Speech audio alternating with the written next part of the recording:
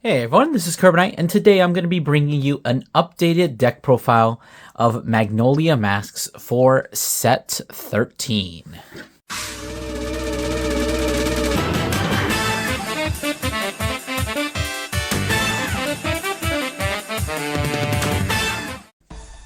So, as always, we'll just go ahead and start off with a little bit of an overview of the deck itself and how well it can be in the meta. Personally, in my opinion, unfortunately, I do not think that Magnolia Masques is the play if you want to actually be playing a competitive deck this season. Personally, I don't even think it's that great of a deck if you want to just have fun with the deck. Because the deck is very linear. It's trying to do the exact same thing every single game. So any game that you play with this deck is basically just going to end up being, okay, set up, and then attack like 4 or 5 times each turn and hope that the opponent dies, which is not really that interesting in my opinion. But you know, if you want to play the deck, here's the deck profile. It did get a promo, so it is just a small bit better than it was before. But that still being said, I kind of don't think that Magnolia Masques actually has what it takes to kind of compete or even really play that well into today's meta.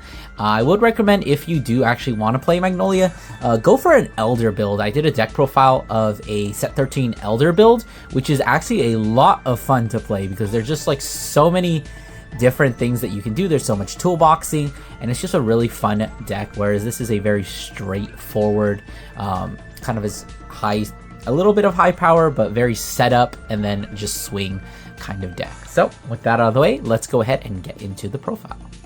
So starting off as where we always do, which is going to be the ride line. Of course, our grade 0 doesn't matter what it is because we are actually going to be playing the Zorga ride line. Of course, just playing Rancor Chain.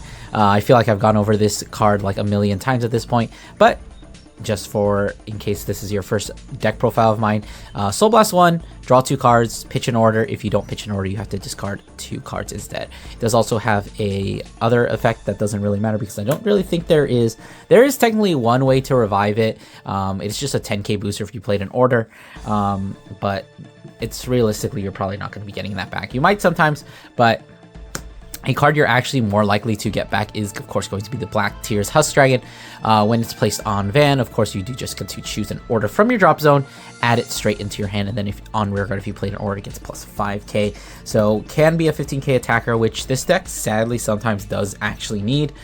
So it's not going to end up being the greatest all the time. And then, of course, for our grade 3 is just going to be that Magnolia. I'm currently using a JP version. This is a card that my friend brought back from Japan. He went to Worlds and he brought this back for me. But in case you can't read the Japanese text there, it is just Magnolia. This is the art that's going to be present in our triple drive booster, the SIR. After the battle he attacks, you can counterblast 1, choose one of your rear guards. It gets plus 5k and can attack from the back row. Then if you Persona Road, you can choose 3 instead of 1. But honestly, Mag is just very lacking as a Vanguard these days. It's already a set 1 unit. You're basically just playing it for the name because this is the only grade 3 Magnolia that you can actually play in a ride deck. Right, so moving on into the main deck, of course we are going to be playing the 4 copies of the Magnolia Masques. Let's pull up that secret rare here. So typical Masque fashion, it can only be written from a grade 3 card with Magnolia in its card name, and then during your turn, all your rearguards in the rearguard with a Dragon Tree marker can attack from the back row, and they also get an extra 10k. And then, of course, the last skill is an act. You can remove a different Magnolia, so the base Magnolia, from your hand, soul, or drop in order to give him the skill that when your rearguard attacks from the back row, you retire one of your opponent's rearguard. So Magnolia Masque is powerful in the sense that, unlike like base Magnolia or even like Elder to an extent, it doesn't require any committing of resources. Like, as long as you have the Dragon Tree markers, you're always going to be getting that ability to attack from the back row, and you're also getting an extra 10k on top of the 5k that the markers provide you. So it's an extra 15k to the units on those markers, which of course doesn't just have to be in the back row. You can also place them in the front row, but you are going to be starting off by placing them in the back row because that is where your units are going to be attacking from, and that you obviously want them to be able to attack. You want to get like 5 or 6 attacks each turn. And Magnolia, unfortunately, is not a deck that can really wait on masking up. As soon as you get to turn 3, you do kind of have to go into it whether you went first or second, which does mean you sometimes lose out on that Persona ride, because if you go into the mask when your opponent is not on grade 3, then you are not going to be getting that Persona ride. But the fact that you're not playing any other top end, that you're relying on being on Magnolia Masques, just does kind of force your hand in those situations. And to pair with that, we are actually opting to play 1 copy of the original Magnolia in the main deck. The main reason we're playing just 1, theoretically you could Persona ride and then use Mag skill if you're really truly desperate. But the main reason we are just playing this is because we have a card that searches for Magnolias, and whiffing on it feels kind of bad. If you get this card, it's still just like pitch fodder. You'd rather hit something than hit nothing. So I think that playing the 1 extra slot for a base mag is definitely worth. Of course, there's that 1 slot. And then, of course, for our last grade 3 card, we're just playing 2 copies of the Mask. So, of course, when you play it as an order, you check top 5 cards, add a Masques or a Dragon Tree from among them, and put it into your hand, and, of course, stuff your deck. And then in the drop zone, if you have a Vanguard without Masques, you can reveal grade 3 in your hand in order to, or grade 3 Masques in order to ride it over the respective grade 3. And then, of course, if your opponent is grade 3 and you didn't Persona ride this turn, you do activate that Persona ride. Alright, so moving on into the grade 2s. We are going to be, of course, starting off with the Dragon Tree Wrench, the Depth Illus, or whatever his name is. When he's placed on rear, you can counterblast 1, soul blast 1, choose a rare without any Dragon Tree markers. You put a Dragon Tree marker on it, and then you search your deck for 1 Mask of Hydreigon, add it to your hand, and, of course, shuffle your deck. So, like I said, this deck is mostly just playing setup so that you can actually play the game, and this is your most important piece to do it. It gives you the Dragon Tree markers, which you do need, and it does also deck thin you that Mask, and of course you do actually need the Masks in order to, you know, Persona ride into the Magnolia Mask and get that bonus Persona ride effect. So obviously we are going to be maxing out. We're actually not maxing out on all the Dragon Tree wrenches. I think that this one is just infinitely more valuable, even though it does cost 1 soul more than the other one does. I think that as a whole is just more valuable, because it is also technically a 5k shield that can intercept if it is in the front row. And speaking of intercepting, we are going to be taking a look at 4 copies of our new promo card, which is Maliva, or Maliva, whatever its name is. So if your Vanguard is Magnolia Masques, it gets all the following. So when it's placed on rear, you can Soul Blast 1, and this unit gets plus 5k until the end of turn.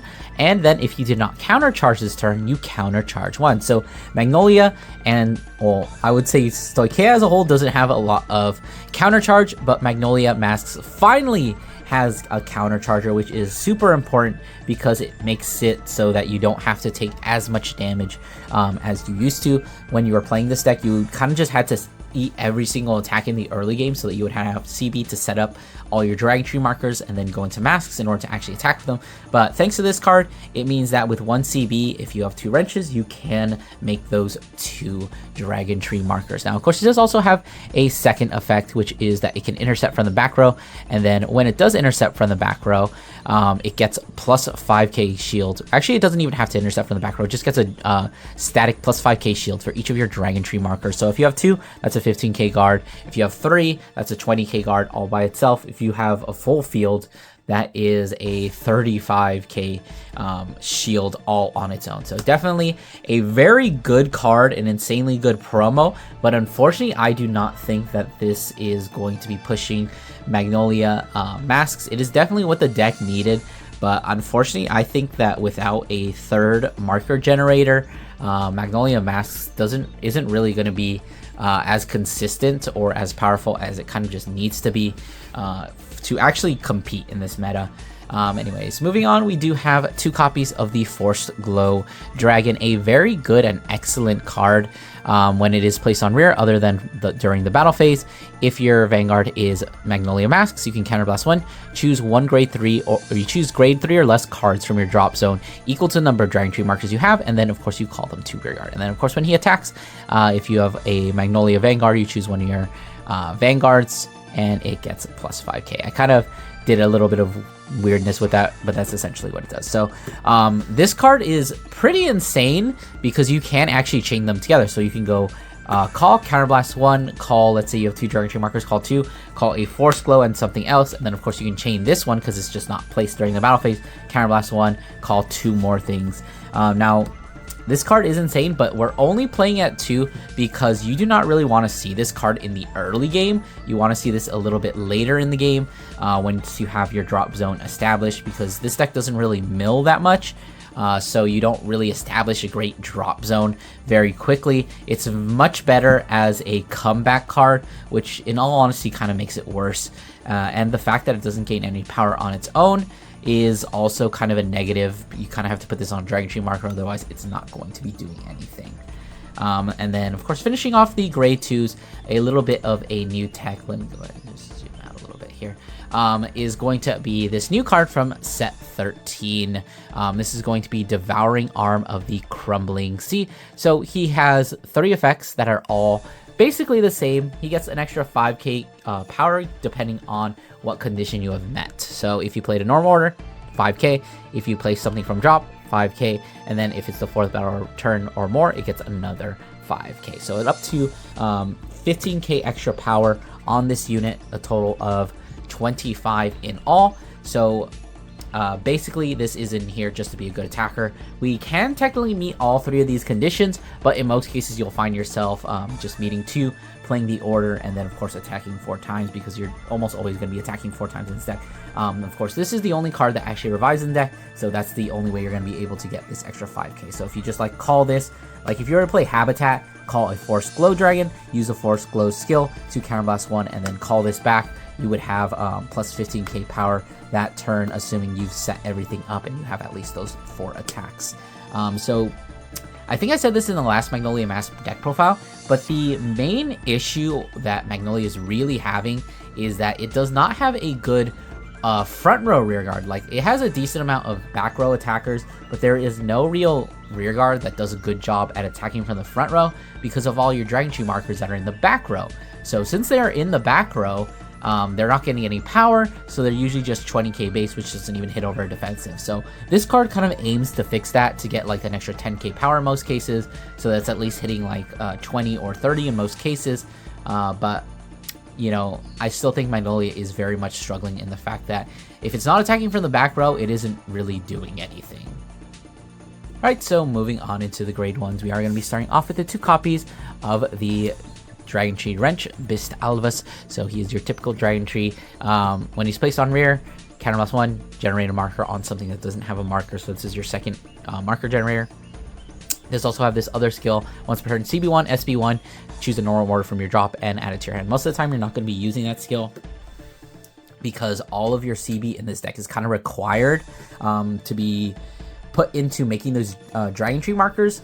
And of course we are just playing 2 because I think, like I said before, this card doesn't have intercept. You don't really even use the second skill that often because you need the CB, but it's there as just to make this deck a little bit more consistent. I was trying out 4, but of course 4 is actually just a little bit too bricky. You don't want to see too many. As soon as you get like your 2 or 3 Dragon Tree markers, you're pretty much set from that point on. But moving on, we do have 3 copies of Sayrol. So Sayrol is the skill R Searcher. So when he's placed on rear from either deck or hand, if you have a Sylvan Beast Vanguard, meaning that you can only play this card when once you're already on grade 3, you can Soul Blast 1, search the top 5 cards of your deck. If you see a Magnolia, you can add it to your hand, and then of course you shuffle the deck. So if you don't see anything, you get no compensation, you don't get the soul back, you just kind of feel sad and feel bad. But the main reason we play Sayrol is that if you have Grade 3 Vanguard with Magnolia, Persona Ride also increases the power of your back row units. So that, in addition to Magnolia Masques' skill to give an extra 10k and the 5k from the Dragon Tree markers, means that anything attacking from the back row is getting an extra 25k, which sounds nice, but then you have to realize that a lot of the time the thing attacking from the back row is going to be like a grade 1 or a grade 2, and that plus 25 power ends up converting into like 33 or 35, which is still a pretty chunky number, especially if you're attacking 2 or 3 times with that number, but it's just not enough And the fact that if you're using Magnolia Masques skill, you want to attack with the back row first to retire like intercepts. It means that your attack patterns end up being pretty weird, and just like a lot of things in this deck are just way too clunky at the moment. Main reason I think we're not playing for Sayroll. I think this is a change from my deck tester, but I definitely see it because you only really need to see one Sayroll. If you're playing against a retire deck, you definitely do need more than one Sayroll, but I think you have bigger problems than just getting your Sayroll. Of course, the other issue this deck does have is sometimes it's hard to hit Persona Ride, which Sayroll technically does help. And of course, you don't really have soul issues with the fact that you have Masques and you keep Persona Riding over and over. You basically get 2 souls by going into Masques, so it doesn't really impact that much. But you know, Sayroll is still there as kind of just a searcher. He's the main reason we're playing 5 Magnolia in the main deck, and then of course the extra 10k powers to the back row is very nice. And then of course, as always, I do really love Cat. Always put Cat into any deck profile. 20k shield is nothing to sneeze at, and is just always good. You're probably not going to give him 5k or soul charging, but you know, option is there if you are desperate and you need it. Rounding out our grade 1s, of course, we are just going to be playing 4 copies of the Habitat. So Habitat is your on play, check top 7, choose a unit card, call it to rear guard, and then shuffle the deck. And then if you can basically call this off of itself, and then when you do that, it does add itself to the hand instead of just going into the drop zone. So of course, the main reason we're playing Habitat is just because it's basically more copies of your Dragon Tree Wrenches. In all honesty, you need to see at least 2 or 3 of the wrenches, and this card kind of just serves as 4 more copies of all of them, just because you can just call them from the deck, you play it, and then you just call. Alright, so just moving on into the standard stuff, of course we are playing the 3 PGs and the 1 Elementaria. Pretty standard at this point, you should honestly just expect it. For the, let me go ahead and get that out of the way. For trigger lineup, we're playing 4 Vanilla Crits, 3 Soul and Crits. You don't really need Soul in this deck. Like, the promo does use Soul, but I've been finding that, you know, you don't really need that much Soul. You only use Soul for Grade 2 Dragon Tree Wrench, Sayroll, and what else? I guess you use 1 soul for Rancor Chain, but outside of that, you don't really need that much soul. So you can definitely do 4-3 if you really want to. It doesn't make that much of a difference. But we are playing the 4 draws because we are as I said, a very combo-oriented deck. You do kind of have to see all of your pieces in order to, you know, play the game at all. And if you don't see those pieces, you don't really get to do a whole bunch. And then, of course, just the 4 heals. The standard basic heals. Of course, you can always play counter heals in whatever way you want. And then, of course, we are still playing Stoicheia OT because it's really hard to beat Stoicheia OT in most decks. Alright, so let's go ahead and, of course, finish off the deck profile with the quick test hand. Looking to not really have a great hand here. We don't see any Dragon Tree Wrenches. We see this, which is like not really necessary. So I think we're just going to mull all 5 back into the deck. And then hopefully we can draw into a better top 5. So looking a whole lot better, actually. Force Glow might come in handy later. This is a decent attacker, even in the early game. This is, of course, really good, and we do need the Dragon Tree Mask, and we even have the Habitat in order to actually help us get into those Dragon Tree Wrenches. So let's go ahead and start the game. Let's actually go second, because being a Masques deck, you do kind of want that. I think in this instance, we're just going to pitch the Force Glow Dragon, because he's not really going to be doing anything for quite some time. Of course, we're going to draw from going second, and then we're going to use the Skill the Rank Card Chain to draw 2 more cards. We did actually have the order, which is something I completely forgot to mention, but you know, you did kind of need that there. Another reason to mull 5 there, so it just can take 1 damage. In all honesty, you don't really guard at all in the early game because you just need so much CB at this time. I think we're going to pitch this in order to ride up, and then of course add the Habitat. Things are actually, in this case, we should probably just pitch a Habitat instead of this, so we can actually use it to early game aggress, because Tears Husk is going to add our Habitat back anyway. We're going to play the order card, checking the top 7, looking for a Dragon Tree Wrench here. Looks like we did actually find one there. I guess we found 2. Just going to be calling it, counterblasting 1, soul blasting the 1, and then of course getting the Dragon Tree marker, and then also allowing us to search out the masks, which I probably should have done before I started shuffling, you know, just on command. Alright, so getting the mask, going to be playing the Dragon Tree marker. Usually it doesn't really matter which back row you put it. I'd probably just recommend putting it on one of the rear guard ones, just because, you know, I don't know. We're going to be swinging. Actually, what we can do here is if we want to have a little more pressure, we can call the arm, because this is going to be at 15, so that's going to be a harder number to guard. So you can go 10, 10, trigger, 15. Just to have a little bit more early aggro pressure, because as with most, you know, what do I call them, multi-attack decks, you definitely want to push your opponent as quickly as possible, so that once you get into your multi-attack, you're actually doing a whole bunch with your turn. So we're gonna go ahead and take another damage, hit into a draw trigger there.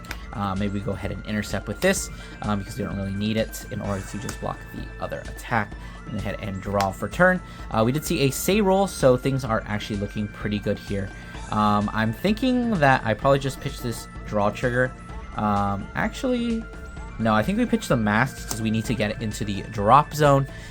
So just gonna be riding into there, and I actually want to play the habitat this turn, because I do need a second Dragon Tree marker at least in order to make things feel pretty good, I guess. But we are going to be checking the top 4. We did actually get one, which is very good, because that is going to allow us to counterblast 1, and then of course just generate a second marker. Doesn't really matter where it ends up. I think I'm actually going to call... No, this is fine, because unfortunately the bad thing about this deck is that all of your tools are kind of just here in order to you know, facilitate your ability to play the game. But once you do get all of your tools out, they kind of just become, you know, they just kind of just become vanillas. We're just going to call a say roll here, checking the top 5 cards of the deck. And if we see a Magnolia among them, we get to add it to our hand. But unfortunately, we didn't actually see anything there. So we do have the 15k since we played an order this turn. So we are actually going to be able to... In all honesty, I probably should have waited on the say roll after I use the Magnolia Masques skill. We're going to go ahead and Persona right here. Go ahead and draw a card, drawing to some more defense, and then I think we're just going to fill out the last of our rear guards here, Soul Blasting in order to countercharge this turn and give it another 5k power. So now we've got some decent columns here. Not the greatest columns. We give an extra 10k to the front row, so we can also use the Magnolia Mask skill in order to, you know, retire things. So in this case, we would go, this is with Sayro, this is a Persona right to the entire back row, so this is going to be 33, and then since we don't have a Dragon Tree marker here, we're just going to boost this. Do we want to boost that? No, we probably don't want to boost that yet. In fact, we would probably swing with Vanguard first, in all honesty, in this case, because Vanguard is the weakest, only being 23. We're going to drive check 1, drive check 2, a heal trigger. That's probably not going to go off, so we're going to give power here. That was the first attack, so the second attack, we would want to be this attack. We go 33. This is at 15 plus 5 is an additional 20, plus Persona Ride is going to make it 30, and then of course Magnolia's skill is going to make it 40, so we're swinging 40 here. Unfortunately, we do have to swing this pattern because we want these to get another 50k or 5k, so it's going to be swinging for 30 with the Persona Ride, and then of course this is going to be swinging with a total of 38. So unfortunately, our attack pattern in that situation was not the most optimal, because we kind of have to, our weakest attacks don't become stronger until we swing with them later, so there is definitely that bit of an issue with it. But unfortunately, I think this is kind of the best attacker that Stoicheia can really give us right now. And in terms of shield value, we have this intercept. This is a 15k intercept. We've got the 20k shield, and then of course our hand is kind of just full of triggers and a PG here. So we do have a decent amount of defense, but we are also at 2, so we don't really have to worry about it. Alright, so that's going to do it for the Magnolia deck profile. As I said, it's an okay deck. Definitely not the greatest. And it is definitely not the most interesting to play. You're kind of just doing the same thing every single game. And kind of just hoping and praying that you see your pieces. Otherwise, you just straight up can't play the game. So if you want to try this deck out, go ahead and go for it. Obviously, I'm not going to stop you. But if you're looking for a mag deck, I would say either wait for DB Z, D, BT-1. where Magnolia gets a whole lot better, in my personal opinion. Or just play Magnolia Elder right now. Magnolia Elder right now is a lot of fun. But if you really must play Masques, I would recommend going for something like this. Hopefully the promos aren't too expensive. I managed to pick mine up for a decent amount. But good luck to you, and I will see you guys in the next one.